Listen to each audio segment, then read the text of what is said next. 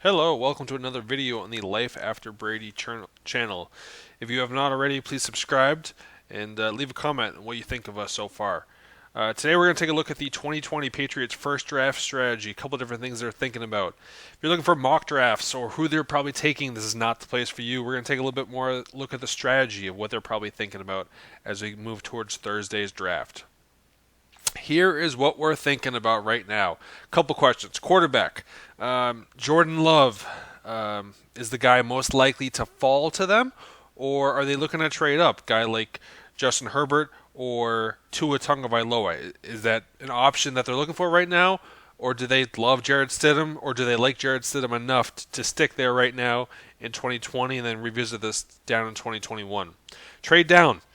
They don't have a lot of second or early third round picks. Do they want to take their first round pick, trade down, acquire more assets? Something they did earlier on this decade with the Cordell Patterson pick, allow them to acquire guys like Jamie Collins and Logan Ryan. That's a possibility. The other thing to me is their strategy.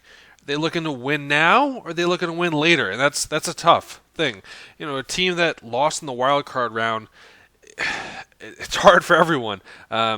Obviously, they were good enough to make the playoffs, but they weren't good enough to advance in the playoffs. So, are you trying to, take a team and go a little bit further?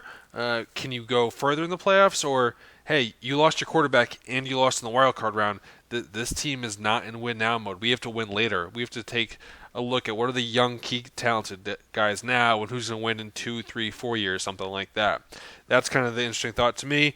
And then at 23. The draft, obviously, less talented players get selected as you go on, by and large. So at 23, much earlier than some of their usual selections of, when they go to the AFC title game or they go to the Super Bowl and are drafting 28 through 32, 23 you're able to acquire a lot more talent, as we'll show in a second. So is that something they want to stick and pick? Just, get the best guy, a guy like Isaiah Wynn or Dante Hightower, Chandler Jones, guys like that they don't usually have the ability to straight up acquire.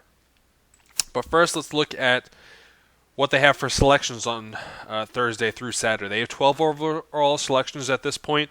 I couldn't get a picture with the Gronk trade included, but a first, 3/3, 2/4, and a fifth. So a lot of 5 picks the third through fourth round, which is nice, but a significant gap through 23 through 87.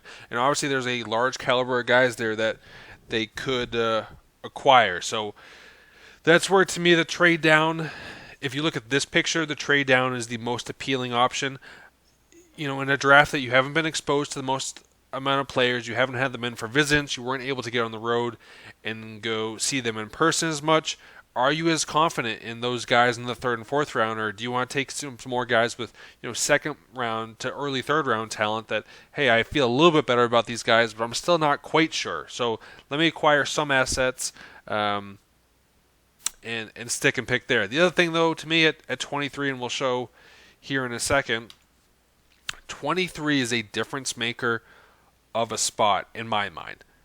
When I think of the Patriots, I think of, they can't take all pros or Pro Bowl guys. Well, yeah, Dominic Easley, Malcolm Brown, N'Keal Harry haven't been great players, but they're also 29, 32, 31. Just less talent at that point. When I think of the Patriots right now at 23, that's guys like Chandler Jones at 21, Dante Hightower at 25, Nate Soldier a little earlier at 17. But the top-end talent they acquired earlier in this decade was earlier in the first round. It wasn't Gerard Mayo at 10, but it was still higher in the 20s, and that's, to me, the best reason to stick and pick at 20.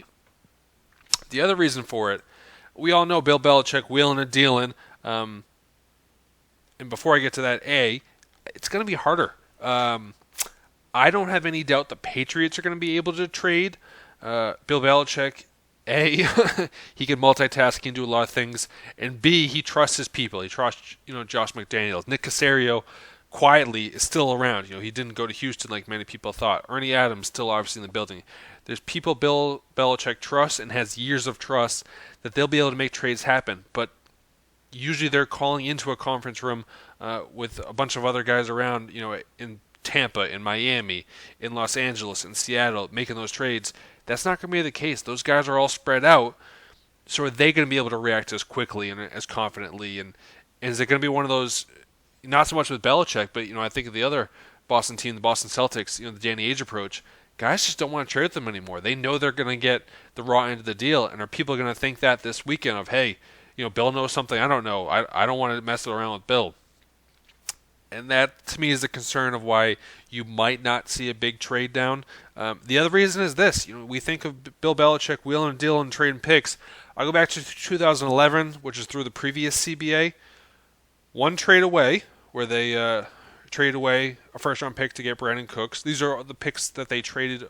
They traded away a first-round pick. So one, Cooks, they traded away. And then two trade-ups. Hightower and Chandler Jones were both trade-ups, actually, which is very unusual. And then the fourth one,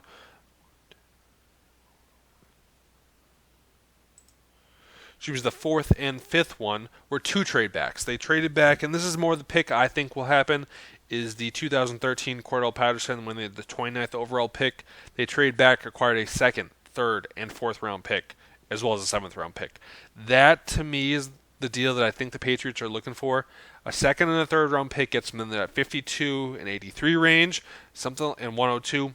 That gives you the capital A to take those three players, which is what they did in 2013. Or B, you start wheeling and dealing those picks. Does 102 and 83 get you 60? Does it get you 70?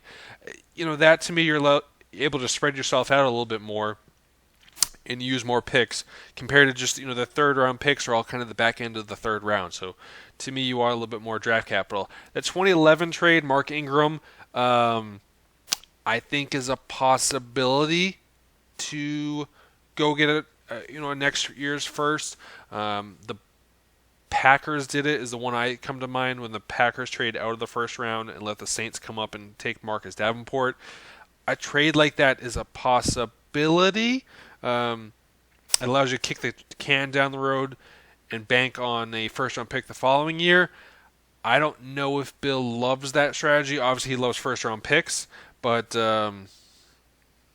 do you want to wait a year, or do you want to see what we can acquire in this year's draft, or next year's draft? You think you have a better idea of what you're taking, and then also, to me, you're looking. If you go back to the quarterback position, all right. So we don't want a quarterback possibly. Do I want to kick my draft capital down the road a year? That way I can play with Jarrett Stidham this year, see how he does.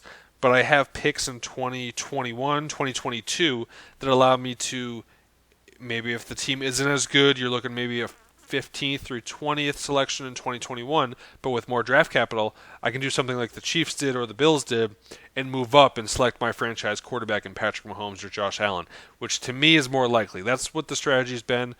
Quarterbacks are top-end players that you need to go trade up and select. I think from 23, with not a lot of second or third round picks, it's hard to move up from that point.